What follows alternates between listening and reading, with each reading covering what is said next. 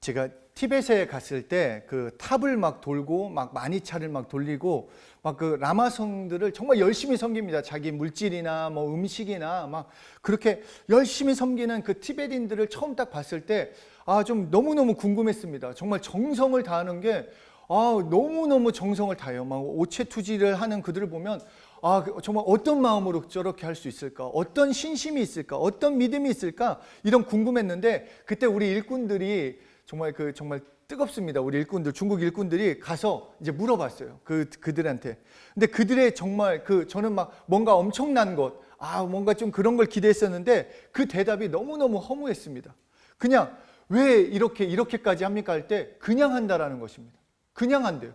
그래서 심지어 이 라마승까지도 뭔 대단한 신심이 아니라 가족 중 한 명은 그 아들로 태어나면 라마승이 돼야 하기 때문에 어쩔 수 없이 됐고 자기는 왜 돼야 하는지도 모르고 그냥 태어나서 이렇게 왔다. 그리고 이렇게 해야지 잘 될 것 같고 안 하면 벌 받을 것 같고 무엇보다도 그냥 그렇게 해야 하는 걸로 알고 이렇게 살아왔다라고 그렇게 대답을 했습니다.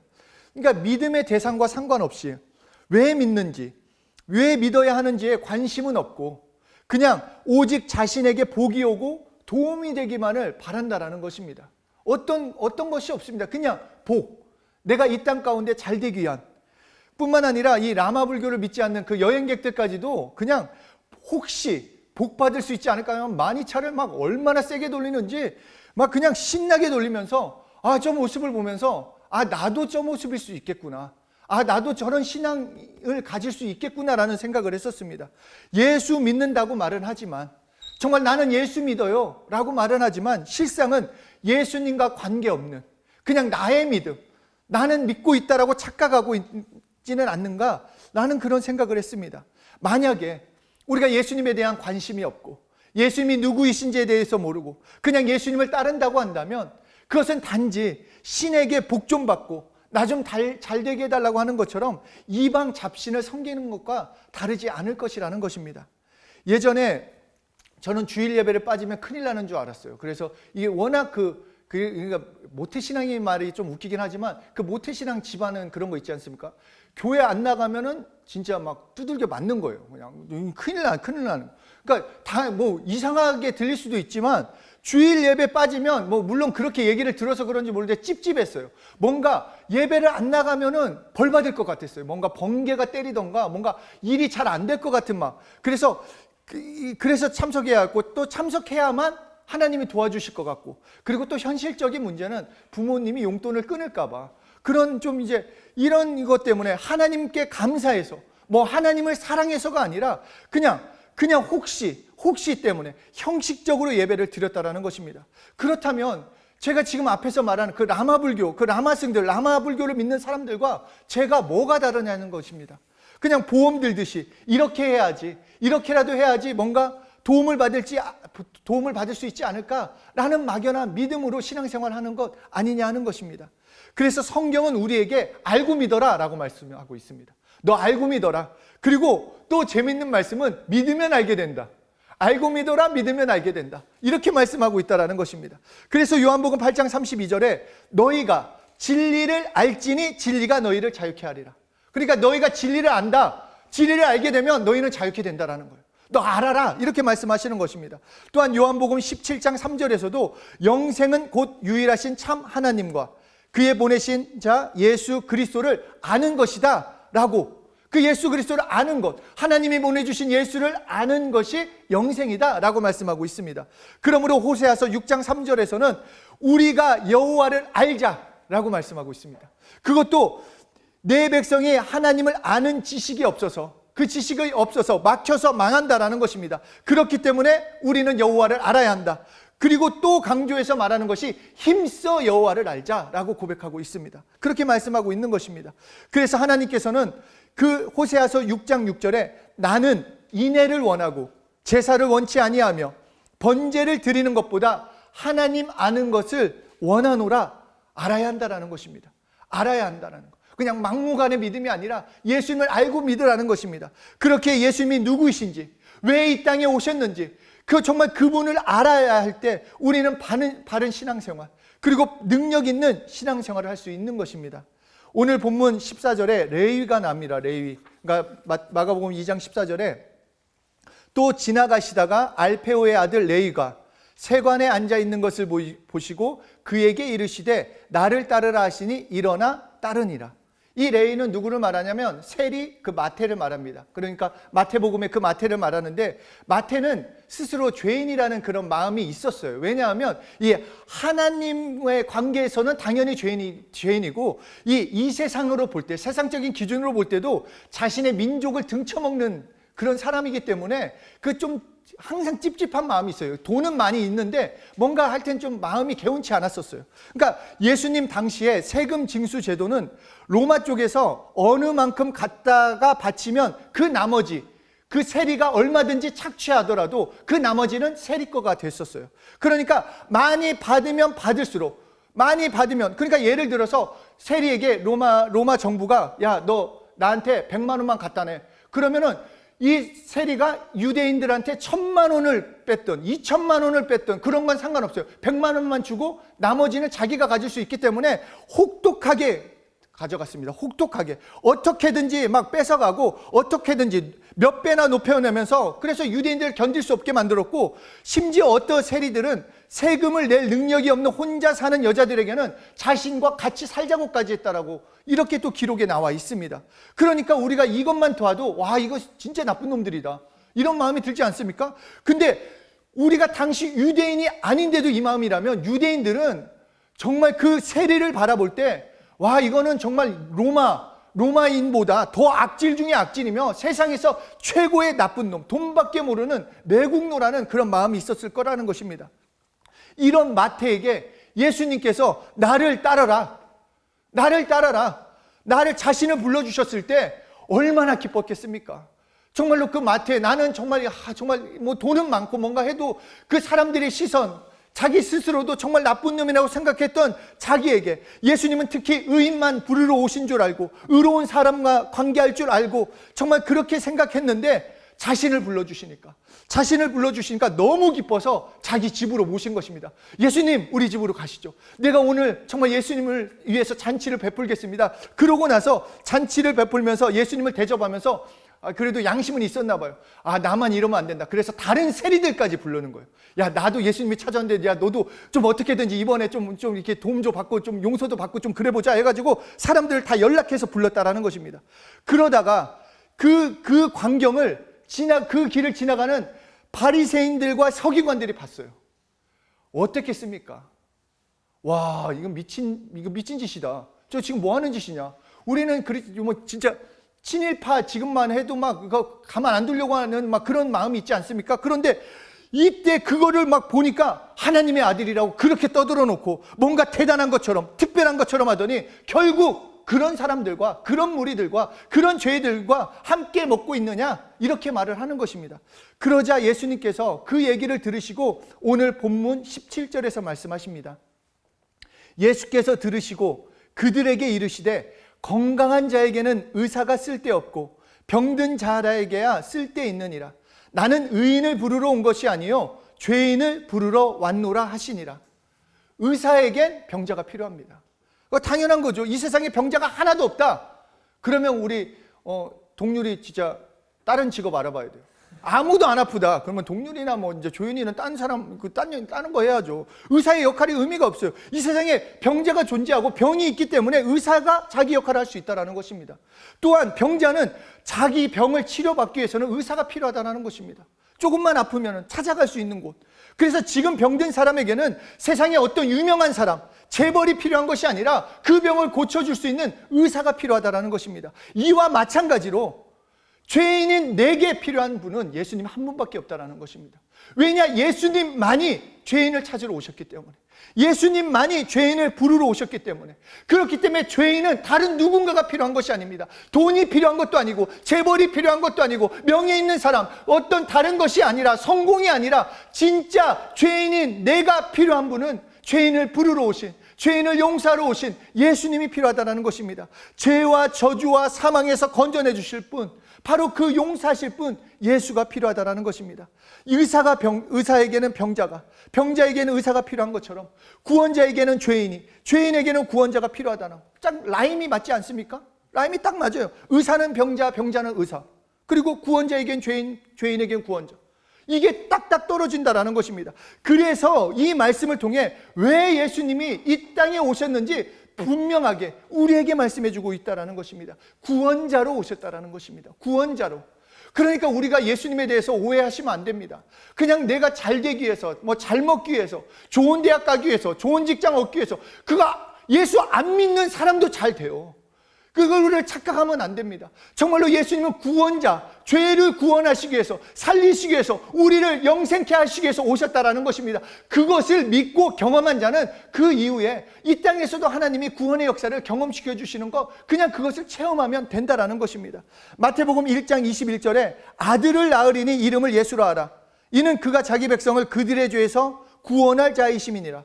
그러니까 예수, 구원자라는 이름이에요. 구원하시는 하나님의 이름이라는 것입니다. 그러니까 하나님의 인간을 구원하시고자 하실 때 하나님의 그 이름을 우리는 예수라고 부르셨다라는 것입니다. 그래서 만일에 어떤 사람이 나는 죄인이 아니에요, 나는 착하게 살았고 괜찮은 사람이에요, 이렇게 말을 한다면 예수님과 관계가 없어지는 거예요.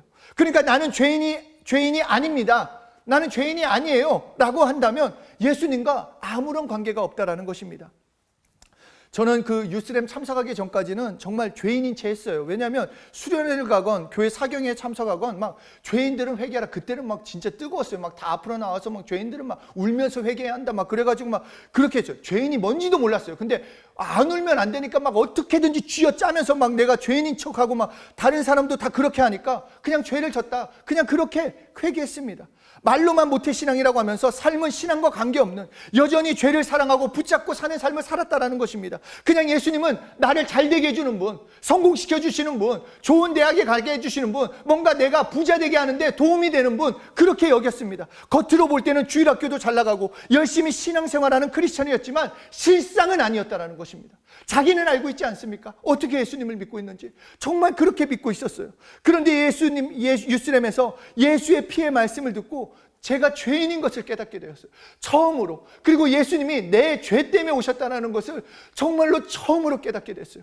그때 그것은 더 단순히 내가 어떤 죄를 지어서가 아니라 첫사람 아담에 속해 있던, 나는 본질상 진노의 자녀, 나는 원래 죄인이라는 것, 그것을 처음 깨닫게 됐습니다. 그리고 그것을 회개하고 예수님과 관계없었던 것, 예수님을 믿지 않고 이용하려만 했던 그 죄인인 것을 깨닫고 회개하자 그때부터 모든 방향이 바뀌었어요. 환경은 그대로였는데 그 모든 바라보는 것, 행동하는 것, 말하는 거가 그때부터 바뀌었고 하나님께서 인도해 주시는 삶을 살게 되었다라는 것입니다. 자신이 죄인이라는 것 깨닫지 못하면 복음과 아무런 관계가 없습니다. 예수님은 죄인을 부르러 오셨습니다. 이것을 정말 깨달으셔야 합니다. 내가 죄인임을 깨달아야 합니다. 죄인인 내가 예수님을 만나고 회개하고 용서받을 수 있어야 그것이 진정한 축복이 되는 것입니다. 그러니까 회개는 믿음의 첫 단계요, 은혜의 첫 단계요, 축복의 첫 단계가 됩니다. 우리 요새 목요 찬양 예배에서 말씀 듣잖아요. 그 번제단, 정말로 하나님께 나아갈 때 그 피가 필요합니다. 회개해야 합니다. 하나님은 정말로 그 죄인을 용서하시지만 죄 갖고는 가면 안 돼요. 내가 정말 죄를 갖고 나가지만 회개를 통해 하나님께 용서받아야 한다는 것입니다. 의사이신 하나님께서 진단하셨어요. 우리를. 너 죄인이다. 모든 인류는 죄인이다. 모든 사람은 죄인이다. 그리고 그렇게 끝냈으면 우린 다 죽어야 돼요. 다 지옥 가야 돼요. 다 멸망이고 다 저주였어요. 그런데 이 땅에 예수님께서 영이신 말씀이신 예수님 육신으로 오셔서 피 흘려 죽으심으로 그 예수님을 믿을 때, 예수님을 만날 때, 우리가 인정하고 회개할 때 살 길이 열린다라는 것입니다. 그렇기 때문에 정말로 우리는 어떤 말로 변명할 말도 필요 없습니다. 그냥 손 들고 나와서 회개하고 용서를 구하면 되는 것입니다. 정말로 회개하고. 그래서 기복신앙이라는 것, 회개하지 않고 복만 구하는 것입니다. 전혀 회개는 없고, 그러니까 우리의 신앙이 변질이 되어서 기복신앙이 되어 있지 않는지 점검해 봐야 한다는 것입니다. 그냥 복. 그냥 복이. 근데 여러분 진짜 축복은 뭐냐면 회개하면 복은 따라오게 돼 있어요. 이게 하나님의 방법이에요. 그러니까 내가 회개하면은 내 더러운 것들이, 정말로 나에 있는 죄들이 떨어져 나가고 나의 더러운 것들이 용서받고, 그러면 새로운 것들, 하나님의 용서와 생명과 기쁨과 감사와 예수 나무에 있는 그 진액에 있는 모든 것들이 내 삶에 구체적으로 열매 맺게 된다라는 것입니다. 그래서 나무로 표현하고 계시잖아요. 열매 맺게 된다라는 거예요. 나에게만 붙어 있으면, 예수 나무에만 있으면, 너 회개하고 예수만 믿으면 나머지는 내가 열매 맺게 해주시겠다라는 거. 그러니까 딴 데 가가지고 막 굽신굽신할 필요도 없고, 내가 이 일 없으면 안 되는데, 나에게 물질이 어떻게 해야 하나, 내 이 문제는 어떻게 해야 하나, 나에게 이런 축복이 있어야 하는데, 이것을 구하기 전에 내가 먼저 회개하고 예수로 살 수 있다고 한다면, 예수님만 믿을 수 있다고 한다면, 그 나머지는 하나님께서 책임져 주신다라는 것입니다. 그래서 예수님의 부르심은 인종을 초월합니다. 예수님의 부르심은 성별을 초월하고 나이를 초월하고 전 인류 모든 세대를 부르시고 계시다라는 것입니다. 그래서 그분 앞에서 자신이 죄인인 것만을 고백할 수 있어야 하는 것입니다. 우리가 해야 할 것은, 우리 예수님 클래스에서도 총장님께서 그런 얘기를 나눠주셨는데, 결국 내가 문을 열어야 돼요. 예수님이 문 밖에서 계속 두들긴다 할지라도 밖에는 문이 없어요. 안에 문이 있기 때문에 내가 열어줘야 돼요. 그래야지 예수님이 올 수 있어요. 우리가 정말로 마음껏 예수님 마음껏 역사해 주십시오, 마음껏, 아니, 내가 예수님을 진정으로 사랑하고 예수님이 일하실 수 있도록 회개하고 내가 예수 이름을 더 부를 때 마음껏 역사하실 수 있다는 것입니다. 그러니까 그분 앞에서 내가 먼저 해야 할 것, 내가 죄인인 것을 고백해야 합니다. 나는 죄인입니다. 그렇기 때문에 예수님이 필요합니다. 다른 것 때문에 예수님이 필요한 것이 아니라, 내가 잘 먹고 잘 살기 위해서 예수님이 필요한 것이 아니라, 내가 죄인이기 때문에 예수님이 필요합니다. 나는 살고 싶어서 예수님이 필요합니다. 그 사람에게 구주가 되어주시고 그 나머지의 삶, 구원의 삶을 살 수 있게 해주신다는 것입니다. 그러니까 우리는 죄인이라는 것에 오히려 감사 조건이 되는 것입니다. 내가 죄인이구나. 정말 보잘것없고 연약하지만 살 길은 열리지 않았습니까? 하나님이 진단만 하신 것이 아니라 처방까지 내려주셔서 우리는 그 처방을 붙잡으면 되는 것입니다. 예수 믿지 않는 사람들을 보면은 늘 말합니다. 나는 이런 생활을 해. 나는 의로워. 난 자기의 행실을 정말로 자랑합니다. 그래서 의인이라고 스스로 여기고 그렇게 얘기하는 사람들은 예수님 앞에 나오지 않습니다. 그런데 세상적인 기준으로 완벽하고 선하다고 생각해도 내가 죄인이라는 걸 깨닫는 순간에 예수 없이는 살 수 없는 존재라는 것을 깨달은 그 축복을 누려야 한다는 것입니다. 우리는 확실히 알아야 합니다. 좋은 학교, 좋은 직장, 돈 많이 벌고 평탄하는 삶, 그것 때문에 예수 믿는 것 아닙니다. 예수 믿으면 이 땅에서 잘 되는 거 보너스입니다. 그냥 당연히 따라오게 돼 있어요. 예수님이 오신 이유, 죄인을 살리기 위해 오셨다라는 것, 그리고 우리를 구원해서 천국에서 영원히 함께 살기 위해 오셨다라는 것, 이것이 나에게 믿음이 되고 실제가 되어야 하는 것입니다. 누가복음 5장 23절에서도 말씀하셨습니다. 내가 의인을 부르러 온 것이 아니요 죄인을 불러 회개시키러 왔다. 계속해서 말씀하고 있습니다. 내가 온 이유에 대해서, 예수님이 자신이 온 이유에 대해서 계속 설명하고 있습니다. 회개를 헬라어로 메타노이아라고 합니다. 그러니까 이 말을 쉽게 얘기하면 방향을 바꾼다라는 것입니다. 세상의 마음을 끌려 쫓아다니던 사람들이 이제 마음을 바꿔서 하나님을 향해서 나아가는 것, 하나님께 방향을 바꾸는 것이 회개가 되는 것입니다. 불신자들은 왜 세상을 향해 나가는가? 거기에 초점 맞추고 있기 때문입니다. 그냥 물질, 유혹에 속아서 그 죄가 이끄는 대로 안목의 정욕, 이생의 자랑에 끌려서 그 마음을 고정시키고 그쪽을 향해 더 달려간다라는 것입니다. 왜 우리 신앙생활이 흔들립니까? 그것은 우리가 초점을 두 개를 갖고 있기 때문입니다. 한쪽은 세상, 한쪽은 하나님. 그렇기 때문에 뭔가 잘 하나님께 은혜 받으면서도 아멘 하면서도 이쪽을 돌아보면 두렵기 때문에 왔다 갔다 그런 흔들리는 삶을 살 수밖에 없다라는 것입니다. 그런데 죄인임을 아는 자는 이제 새로운 길이 열렸습니다. 정말 새롭고 산 길이 된다라고 예수님이 말씀하셨습니다. 예수님만을 믿고 예수님을 향해서 달려가는 것입니다. 제가 얼마 전에 멋진 말을 하나 들었는데 너무 저는 멋졌어요. 폭풍치는 밤바다에 흔들리는 배는 육지에 어떤 네온 사인이 필요한 것이 아니라 단순하지만 강력한 등대만이 필요하다. 너무 맞는 말 아닙니까? 정말로 흔들리는 풍나무에 있는 그 바다는 그 육지에 있는 화려한 네온 사인이 필요한 것이 아니라 그를 이끌어줄 정확한 방향을 지정해줄 강력한 등대, 그거 하나면 충분하다는 것입니다. 어느 때보다 혼란스럽고 어디로 가야 할지 모르는 이때 내가 무엇을 해야 할까요? 정말로 가끔 저에게 상담하거나 물어보는, 기도를 부탁하는 그런 친구들이 있어요. 그런 사람들이 뭘 해야 할지 모르겠고 어떻게 해야 할지 모르겠다. 그러면 우리 다시 눈을 향하는 겁니다.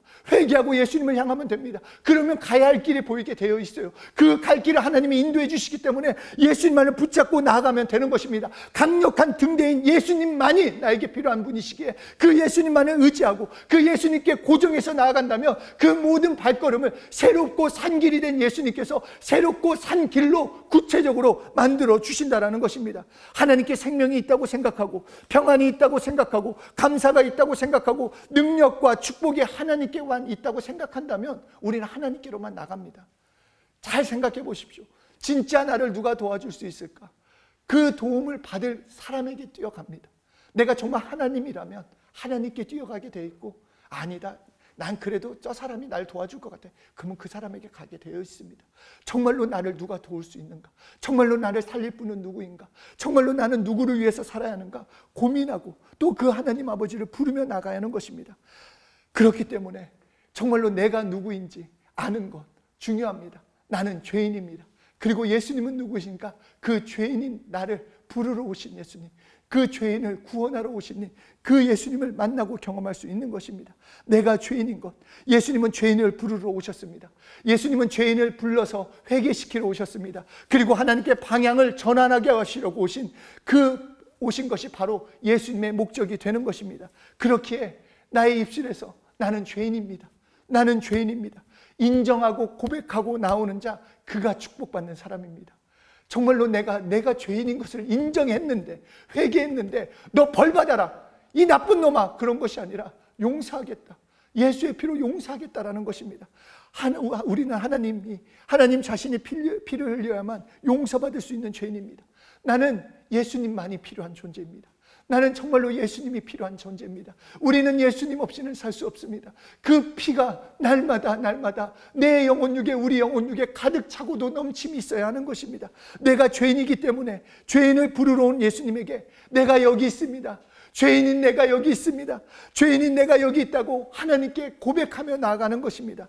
나는 예수님 없이 살 수 없습니다. 그리고 이제 나의 방향은 날마다 회개하며, 회개를 사랑하며, 날마다 진짜 예수님을 바라보며 나의 구주 되신 예수님을 향해서 모든 발걸음과 모든 마음과 모든 뜻을 다해서 그 예수님만을 섬기며 사랑하며 나아가야 하는 것입니다. 정말로 예수님의 그 사랑을 경험하시는 회개의 축복, 정말 죄인을 부르러 오셨을 때 누구보다도 큰 소리로 손들면서 뛰쳐나가시는 한 분 한 분이 되셔서 진정한 용서와 사랑을 누리시는 그 축복을 우리 귀한 한 분 한 분 누리시길 예수 이름으로 축복합니다.